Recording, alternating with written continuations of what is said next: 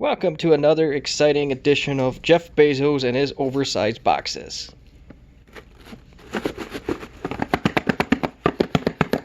That's always good. We definitely know it's a battery. Or batteries in this case. So let's open up and see how badly packaged this one is.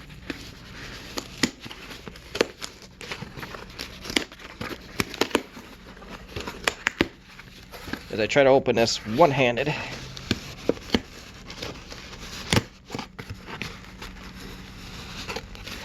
Oh, at least we have bubble wrap this time, or those package bubble thingies. Almost. Oh, way down there, I'll get you. There we go.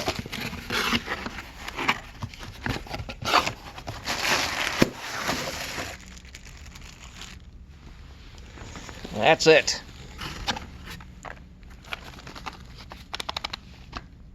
That thing was just sitting loose at the bottom of the box. So, there you go. Another exciting episode of Jeff Bezos and his oversized boxes.